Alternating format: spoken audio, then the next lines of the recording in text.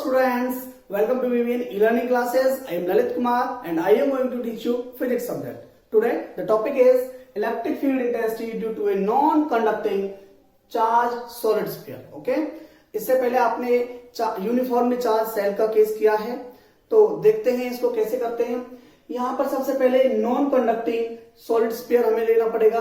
उसका सेंटर हमने ले लिया O और रेडियस ले ली कैपिटल R। ओके, इसी बात को हमने यहाँ पे डिस्क्राइब भी कर दिया। उसके बाद क्योंकि ये चार्ज स्फीयर है और चार्ज इसमें यूनिफॉर्मली डिस्ट्रीब्यूटेड है, तो हमें एक वॉल्यूम चार्ज डेंसिटी भी यहाँ पर कंसीडर करनी पड़ेगी और हमने वो कर लिया यहाँ पर rho is the volume charge density of this solid sphere. Okay, तो थोड़ा सा मैं बताना चाहूंगा वॉल्यूम चार्ज डेंसिटी की हमें जरूरत क्यों पड़ी, क्योंकि नॉन कंडक्टिंग स्फीयर के ऊपर अगर उसको चार्ज किया जा रहा है तो जो चार्ज है वो पूरे के पूरे स्फीयर में उसके पूरे वॉल्यूम में डिस्ट्रीब्यूट होगा।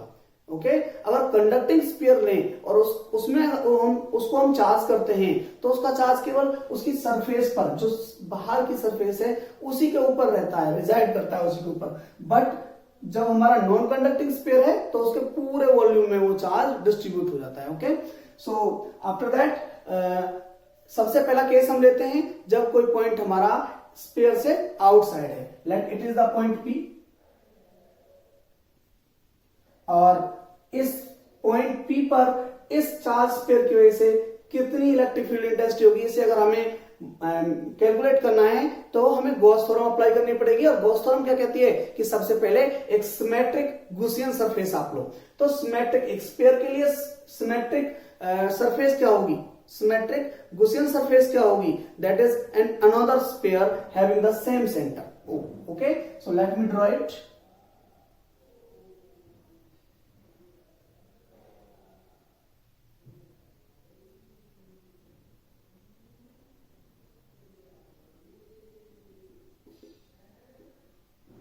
So this is the Gaussian surface। थोड़ा सा यहां से ठीक करना पड़ेगा।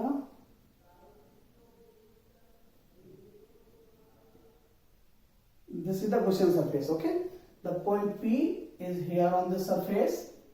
और अब हमें क्या करना पड़ेगा, एक छोटी surface ds, small surface ds हमें लेनी पड़ेगी इस पॉइंट P के अराउंड। ओके, तो अब यहां पर अब हम करेंगे इस बात को भी हम यहां पे एक्सप्लेन कर सकते हैं। Let P is a point outside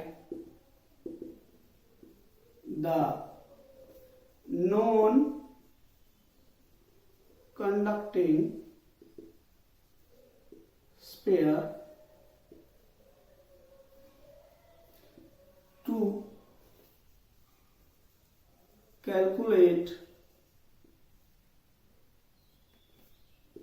electric field intensity at point P, we have to take a Gaussian surface S। Okay, ये बातें मैंने यहां पे लिख दी, एक्सप्लेन करके किया बस जस्ट। आफ्टर दैट हम यहां पर गॉस थ्योरम अप्लाई करेंगे। अकॉर्डिंग टू गॉस लॉ, क्या होता है गॉस लॉ कि टोटल इलेक्ट्रिक फ्लक्स, और इलेक्ट्रिक फ्लक्स का फॉर्मूला क्या होता है, for the surface, for the close surface S it will be integration over the closed surface S E dot ds। okay, this is equal to total charge enclosed by divided by the epsilon naught। okay, total charge इसके अंदर कितना है, इस पूरी Gaussian surface के अंदर केवल non conducting sphere के अंदर ही हमारा चार्ज है, तो that is the Q charge. So Q by epsilon naught। I think आपको यहां तक सब कुछ समझ में आया होगा। आफ्टर दैट हमें यहां पर इलेक्ट्रिक फ्लक्स निकालना है और हम देख रहे हैं इलेक्ट्रिक फ्लक्स क्या होता है, E डॉट ds। तो दोनों ही वेक्टर्स को हमें इंडिकेट करना पड़ेगा। P के ऊपर इलेक्ट्रिक फील्ड इंटेंसिटी को हमें शो करना पड़ेगा।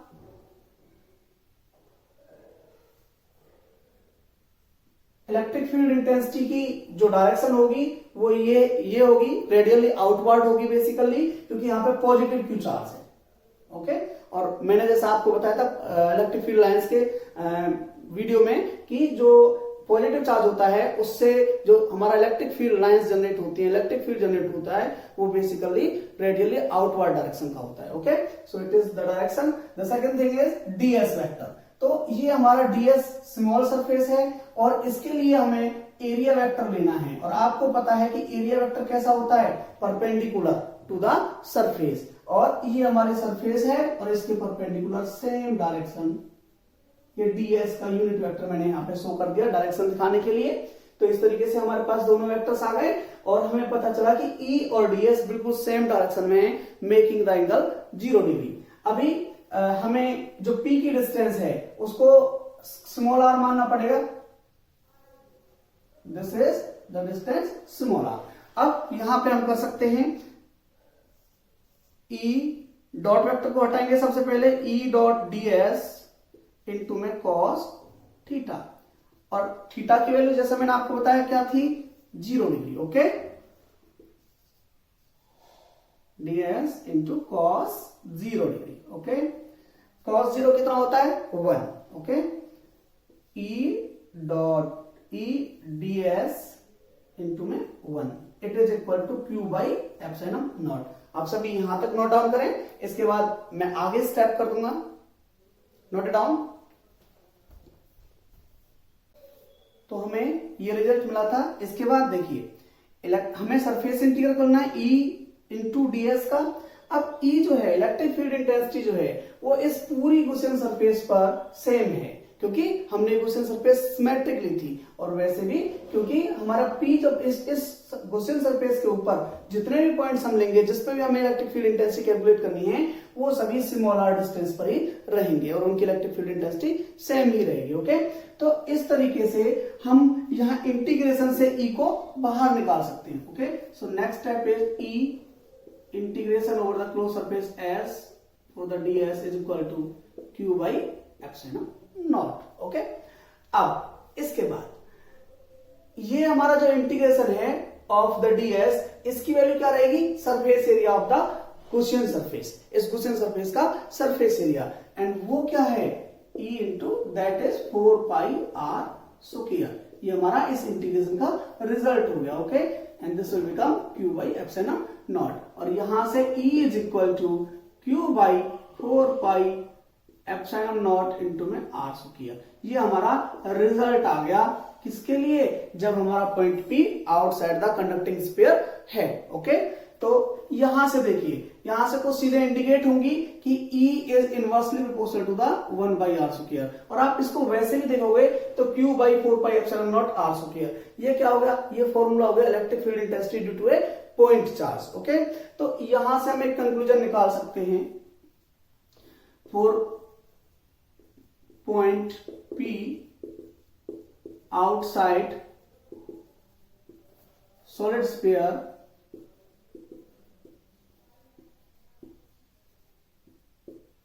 uniformly charged sphere acts as a point charge। देखिए, ये आपने यहां से कंक्लूजन निकाला, अंडरस्टैंडिंग आपने बनाई और उसको यहां पे लिख दिया। इससे कहीं ना कहीं जो एग्जामिनर है, जो आपकी कॉपी चेक कर रहा है, वो इंप्रेस हो जाएगा कि हम कहीं ना कहीं उस कंसेप्ट को अंडरस्टैंड कर रहे हैं। ओके, अभी हमने कहा कि इसको पॉइंट चार्ज की तरह ये ट्रीट कर रहा है सॉलिड स्फीयर। तो अब अगर हम देखें तो ये पॉइंट चार्ज कौन से प्लेस पर है, कौन सी लोकेशन पर है। तो जैसा कि पॉइंट चार्ज के लिए हम लेते थे इलेक्ट्रिक फील्ड इंटेंसिटी कहां से लेते थे, सेंटर से। ओके, डिस्टेंस, क्योंकि हमने डिस्टेंस कहां से लिया हुआ है, उसके सेंटर से। तो वैसे ही यहां पर भी जो ये आर डिस्टेंस है वो कहां से है, that is from the centre. इसका मतलब क्या हो गया कि ये पूरा चार्ज कहां पर कंसंट्रेट है, वो कंसंट्रेट है सेंटर पर। तो इस बात को भी हम लिख सकते हैं, it seems as if the whole charge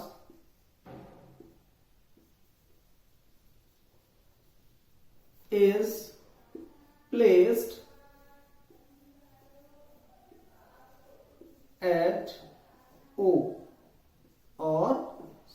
center of sphere. Okay, तो ये हमने उसके बारे में अंडरस्टैंडिंग लिख दी. Now we will go to the second case. Second case क्या होगा?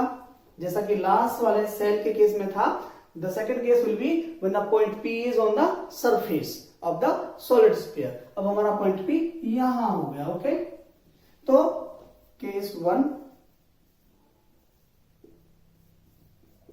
when P is at the surface,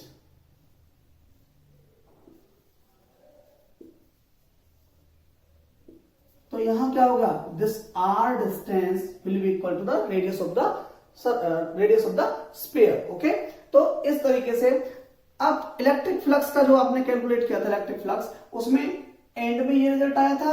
तो इसी से हम स्टार्ट कर लेंगे. E इंटू 4 पाई. अब यहाँ स्मॉल r की जगह पे हम क्या लिखेंगे? यहाँ स्मॉल r स्क्वायर था ना, तो अब r कितना है हमारा? कैपिटल R के बराबर. तो हम यहाँ पे लिख देंगे सीधा capital R square is equal to Q by epsilon naught. और यहां से नेक्स्ट स्टेप हम कर सकते हैं. E is equal to Q by 4 pi epsilon naught into में R स्क्वायर. देखिए, ये हमारे इलेक्ट्रिक फील्ड इंटेंसिटी की मैक्सिमम वैल्यू है अभी तक की. तो जो कंडीशंस लिए लास्ट वाली कंडीशन से ये ज्यादा है. क्यों? क्योंकि यहां पर जो R था वो पहले greater than radius of the sphere था, क्योंकि हमारा पॉइंट कहां था? Outside the sphere. पहले हमारा पॉइंट P यहां था, तो R जो था ये कैपिटल, ये जो स्मॉल r था ये रेडियस ऑफ द स्फीयर से ज्यादा था और ये डिवीजन में आ रहा था. तो कहीं ना कहीं ये जो क्वांटिटी है ये स्मॉल थी, ये ग्रेटर है. ओके, अब हम इसको कैलकुलेट करना चाहेंगे किसमें? In terms of the volume charge density में. तो हम जानते हैं as Q is equal to, देखिए Q जो चार्ज है पूरे स्फीयर के ऊपर यूनिफॉर्मली डिस्ट्रीब्यूटेड है, तो वॉल्यूम चार्ज डेंसिटी इसकी है रो. ओके, अब इसमें वॉल्यूम का मल्टीप्लाई करना पड़ेगा. वॉल्यूम चार्ज डेंसिटी इनटू में volume is the total charge. तो वॉल्यूम कितना हो गया? 4/3 पाई R क्यूब. ओके, अब इस Q की वैल्यू को हम यहां पे पुट कर देंगे. ऑन पुटिंग इन इक्वेशन 1, हम इसको इक्वेशन नंबर 1 बना देते हैं. आप इसको नोट डाउन करें, इसके बाद नेक्स्ट स्टेप बहुत जल्दी हम करेंगे. Now let's do the next step. We have to put the value of Q in this equation. So E is equal to, Q की जगह रखना है rho into 4/3 pi R cube. देखिए R जो है that is the radius of the sphere and divided by 4 pi epsilon naught into में R square. 4 pi से 4 pi cancel out हो गया, R स्क्वायर से R क्यूब R टाइम्स हमारा cancel out हो गया, और हमारा आंसर जो आएगा यहाँ रो R डिवाइडेड बाई ये 3 हमारा बच गया है 3 इंटू एप्सिलॉन नॉट. ये हमारा in terms of the volume charge density हमने यहां पर इलेक्ट्रिक फील्ड इंटेंसिटी निकाल ली in terms of the volume charge density में. Okay, now the next case is when this point P is inside the solid sphere. Okay, तो यहां पर हमने मान लिया कि अब ये पॉइंट P यहां से ना होके यहां पर है. ओके, तो अब क्या करना पड़ेगा? दोबारा से हमें क्वेश्चन सरफेस ड्रॉ करनी पड़ेगी. तो लो कर देते हैं दूसरी क्वेश्चन सरफेस ड्रॉ. ये हो गई दूसरी क्वेश्चन सरफेस हमारे ड्रॉ. अब इस क्वेश्चन सरफेस पर भी जो हमारी इलेक्ट्रिक फील्ड इंटेंसिटी होगी वो सेम ही डायरेक्शन में होगी, क्योंकि यहां पर पॉजिटिव, इसके अंदर भी जो चार्ज है वो क्या है? पॉजिटिव चार्ज है. और पॉजिटिव चार्ज के लिए हमारी इलेक्ट्रिक फील्ड इंटेंसिटी किस डायरेक्शन में होती है? रेडियली आउटवर्ड डायरेक्शन में. जिस डायरेक्शन में पहले था वही ये हमारा ये हो गया. और जैसे कि पहले किया था हमें ds स्मॉल सरफेस यहां पे लेना पड़ेगा, और इसका भी एरिया वेक्टर सेम इसी डायरेक्शन में रहेगा. ओके, तो सेम ही केस हो गया हमारा. तो उसी तरीके से हमारा यहां पर जो एंगल होगा दोनों के बीच में वो क्या होगा? 0 degree angle. So let's start this case 2. When P is inside the sphere. और इस केस में हमारा जो ये r होगा that will be lesser than the radius of the sphere. Okay, तो वही केस हो गया E इंटू में 4 पाई r स्क्वायर, जो हमारा यहाँ पे इलेक्ट्रिक फ्लक्स हमने निकाला था, is equal to Q by epsilon naught आप अब तक लिखते थे। बट यहां पर देखिए सबसे पहले तो Q की क्वांटिटी बदल चुकी है। Q जो है वो हम लेते थे that is which is inside the Gaussian surface, और अब गॉसियन सरफेस में के अंदर जो है वो केवल इतना रीजन रह गया है, कुछ रीजन इससे बाहर पहुंच गया है, ये वाला जो रीजन है ये उससे बाहर पहुंच गया है। तो क्योंकि जो हमारा चार्ज है वो यूनिफॉर्मली डिस्ट्रीब्यूटेड है, तो इसका सीधा मीनिंग ये है कि कुछ चार्ज इस गॉसियन सरफेस के बाहर चला गया। तो जो चार्ज Q है वो चार्ज जो पहले था Q वो उतना नहीं रहा, अब कुछ कम हो गया, तो हम इसको मानिए Q डैश। ओके, इसको कैलकुलेट भी करेंगे। ओके, अब सेकेंड थिंग है एप्सिलॉन नॉट। एप्सिलॉन नॉट क्या होता है? The permittivity of the medium. अब तक हम फ्री स्पेस को ले रहे थे medium as a medium, but यहां पे क्या हुआ, यहां पे फ्री स्पेस नहीं है, एयर नहीं है, यहां पे वो पर्टिकुलर मटेरियल है, तो यहां पर ये एप्सिलॉन नॉट नहीं आएगा, यहां पर ये एप्सिलॉन होगा। ओके, तो this is the Gauss theorem for this point P। अब इसके बाद E is equal to Q dash upon 4 pi epsilon into R square. अब हमें पता है as Q dash is equal to Q dash की वैल्यू क्या होगी in terms of the volume charge density, rho is the volume charge density into में 4/3 pi R cube. हमने इस छोटे वाले स्फीयर का वॉल्यूम यहां पर इसके साथ मल्टीप्लाई कर दिया, और आप देखिए वॉल्यूम चार्ज डेंसिटी लेने का पर्पज ये था कि हम इस केस को आराम से कर पाए। अभी तक जब सरफेस के ऊपर हमारा पॉइंट P था तो उसे हम इजीली कर पा रहे थे, क्योंकि तब भी चार्ज Q ही था, हमारे पास चार्ज की वैल्यू थी। बट जब हम इनसाइड में पहुंच जाते हैं तो हमारे पास चार्ज की वैल्यू नहीं होती, और वहां पर काम क्या आता है हमारे लिए, वॉल्यूम चार्ज डेंसिटी। ओके, तो इस तरीके से हमने Q डैश की वैल्यू यहां पर निकाल ली, और अब हम इसको पुट कर देंगे। सो E is equal to rho 4/3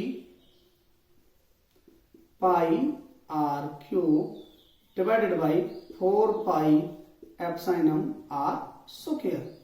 4 pi से 4 pi कैंसिल आउट हो गया, r स्क्वायर से r क्यूब r टाइम्स हमारा कैंसिल आउट हो गया, और यहां पे हमारी वैल्यू निकल गई रो r डिवाइडेड बाई 3 एप्सिलॉन। तो इस तरीके से ये वैल्यू हमारी इलेक्ट्रिक फील्ड इंटेंसिटी की आई inside the solid sphere, non conducting है। ओके, मान लो अगर ये कंडक्टिंग होता तो क्या होता, आप इसको यहां तक नोट डाउन करें, और आपको दोबारा से इसके अंदर जो मैंने डायग्राम बनाया ये आपको बनाने की जरूरत नहीं है, क्योंकि हमें डेरिवेशन में बहुत ज्यादा इतना ज्यादा एक्सप्लेन करने की जरूरत नहीं है, और हमारा फिगर भी खराब हो जाएगा। इसको जितने भी बुक्स में दिया हुआ है इसका फिगर, वो सब में इसके बिना ही दिया हुआ है, इसके अंदर आपको कोई फिगर बनाने की जरूरत नहीं है। जो हमारा पहले फिगर बना हुआ था उसी को ऐसे ही रहने दें, आप इसको यहां तक नोट डाउन करें। आगे करते हैं 1-2 केस और। Let's do the next step. अब हम केस लेते हैं कि नॉन कंडक्टिंग की जगह कंडक्टिंग मटेरियल होती तो क्या होता। Okay, case 3, when the material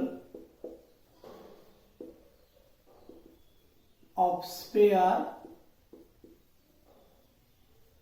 is conducting।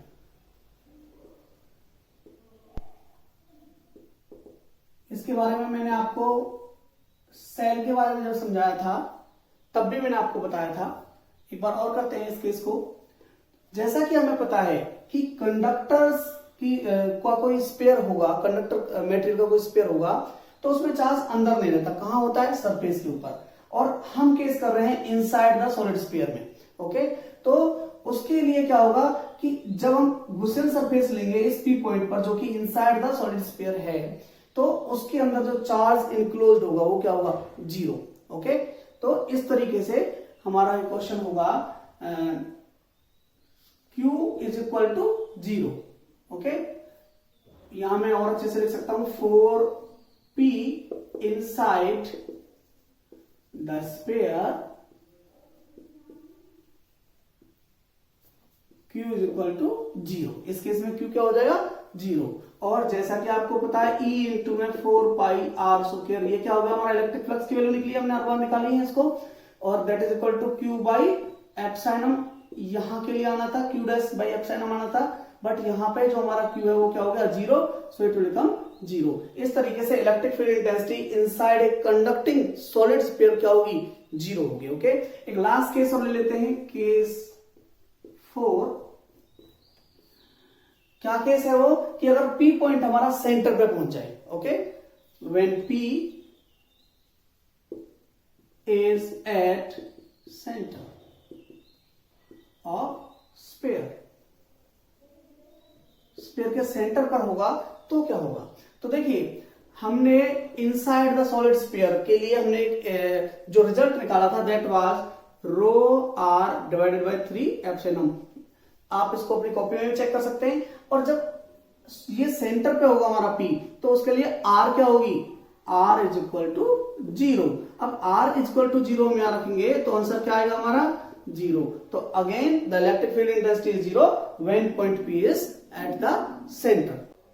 Now let's draw a graph between the electric field intensity and the distance from the center of the solid sphere. Okay, तो एक axis हमने ले लिया E और एक एक्सिस हमारा हो गया distance from the center, that is represented by small r. Okay, this is E.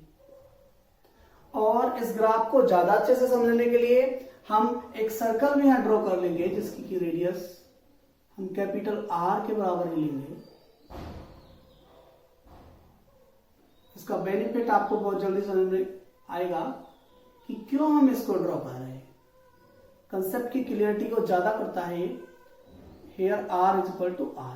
तो ये वो पॉइंट हमें मिल गया जहां पर इस R की वैल्यू, distance from the centre is the radius of the sphere. Okay, now our first case is when the point P is at the centre, यहां ऊपर है। ओके, तो उस केस के लिए यहां पे हमने रिजल्ट लिख रखा है कि when R is equal to zero, E is equal to zero, जैसा कि आपकी कॉपी में भी लिखा हुआ होगा। तो यहां पर हमारा पहला पॉइंट हमें मिल गया। ओके, इसको हम वो भी लिख सकते हैं। अब उसके बाद सेकंड केस होता है कि point P is inside the solid sphere, non conducting solid sphere. Okay, ये वाला केस। और यहां के लिए जो हमारा रिजल्ट आया था that was rho r divided by 3 epsilon. अब यहां से हमें पता चल रहा है कि E is directly proportional to the r, यहां से आप देख सकते हो। तो इसका मतलब है कि लीनियर ग्राफ बनेगा हमारा। तो हमने लीनियर ग्राफ ड्रॉ किया। Okay, after that the next case is जब यहां से हम बढ़ना स्टार्ट हुए, हमने डिस्टेंस बढ़ाने स्टार्ट की, सबसे पहले सेंटर पर, फिर इसके इनसाइड रहे और अब हम पहुंच गए इसकी सरफेस पर। यहां के लिए भी हमने एक और रिजल्ट निकाला था, that was the result. Okay, और in terms of volume charge density this was the result कि यहां पर जो वैल्यू r की है, स्मॉल r की वैल्यू वो कैपिटल R में चेंज हो जाएगी। Okay, this is epsilon naught. Okay, तो इस तरीके से ये हमारा वो पॉइंट आ गया जहां पर r की वैल्यू कैपिटल R के बराबर हो जाती है। और यहां पर हम उस पॉइंट को इंडिकेट करना चाहेंगे।